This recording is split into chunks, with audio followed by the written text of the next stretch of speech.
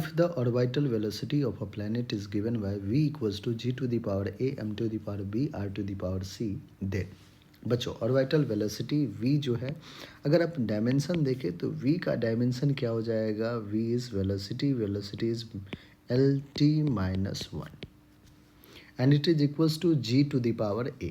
ठीक है, हम डिफरेंट फिजिकल क्वांटिटीज़ को रिलेट करके एक फिजिकल क्वांटिटी का रिलेशनशिप बना सकते हैं, ये आपने पढ़ रखा है। ठीक है, डायमेंशन एनालिसिस के यूजेस में आपने ये देख रखा होगा, एप्लीकेशन में आपने देख रखा है। अब बात करते हैं अपन जी का। G which is acceleration, G is universal gravitational constant. Acceleration due to gravity को स्मॉल जी से बच्चों अपन डिनोट करते हैं। अब ये जी का एक्सप्रेशन आया कहाँ पे था, तो न्यूटन्स लॉ ऑफ ग्रेविटेशन में जो फोर्स था F equals to G m1 m2 upon R square, यहाँ देखा था आपने। तो जी का डायमेंशन अगर लिखना चाहूँ मैं तो लिखूँगा force R square upon mass 1 mass 2, mass square कर देता हूँ। फोर्स हो जाएगा हमारा mass into acceleration that is M L T minus two, R square distance square है तो L square upon M square, M is mass, mass का square, एक मास ने बच्चों एक मास को भी कैंसिल किया तो अपने पास आ गया M minus one, L two plus one three and T minus two. ये आपने जी का डायमेंशन कैलकुलेट कर लिया है। ऐसे ही आपको मास एम है तो मास एम का तो डायमेंशन भैया एम ही होगा। ठीक है, और क्या है बच्चों, रेडियस आर है तो आर का डायमेंशन भी एल ही होगा। ठीक है, बहुत बढ़िया, आपने जी एम आर सबके डायमेंशन लिख लिए और वी वेलोसिटी जो है ऑर्बिटल वेलोसिटी उसके भी लिख लिया। अब बच्चों ध्यान समझिएगा, अब प्रिंसिपल ऑफ होमोजेनिटी क्या कहता है, जो v का डायमेंशन होगा मतलब LHS का जो डायमेंशन होगा वही RHS का भी डायमेंशन होना चाहिए। तो g का डायमेंशन क्या है बच्चों, m minus one, L three, T minus to और पावर कितना है a।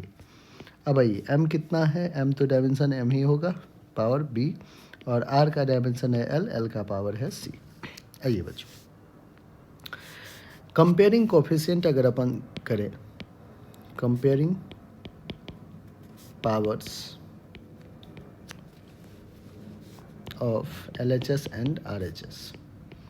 अब LHS में जो क्वांटिटी है, RHS में जो क्वांटिटी है, सेम क्वांटिटी के पावर्स को कंपेयर करते हैं। अगर बच्चों LHS में ध्यान दें तो मास का पावर कितना है, जीरो। इधर मास का पावर जीरो है LHS में, RHS में देखिए कितना है, m to the power minus और a है तो माइनस a, यहाँ पे प्लस का b। तो बच्चों यहाँ से एक चीज़ ये आ रहा है कि माइनस ए प्लस बी जीरो, माइनस ए को उधर भेज दे तो b इज इक्वल्स टू ए। ठीक है, जो a का होगा, जो a आ रहा है वही b आ रहा है।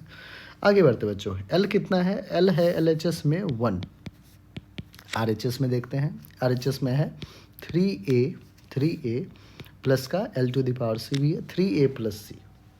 ठीक है बच्चों, t भी देख लेते हैं, t में LHS में है माइनस वन, RHS में है माइनस टू ए। ठीक है, यहाँ से देखिए a की वैल्यू बच्चों आ रहा है, माइनस ने माइनस कैंसिल किया, 1/2 इज इक्वल्स टू a आ गया। बहुत बढ़िया, अगर a आ गया तो बच्चों यहाँ पे देखिए b is equals to a, that means b भी कितना आ जाएगा 1/2, तो a आ गया, b आ गया। अब आते हैं बच्चों c पे, c के लिए ये एक्सप्रेशन देखिए 3a plus c is equals to 1, तो 3a कितना है 1/2 plus c is equals to 1। ठीक है, तो 3/2 plus c is equals to 1।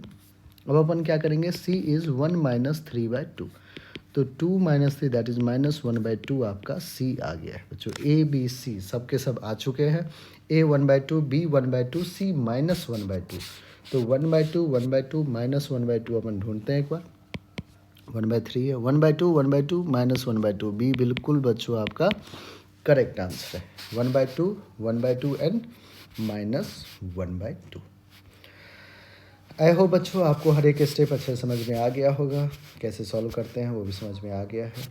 अगर आपने अभी तक चैनल को सब्सक्राइब नहीं किया है तो फटाफट चैनल को जाके सब्सक्राइब कीजिए, पसंद आ रहा है तो लाइक कमेंट करके आप हमें ज़रूर बताएं।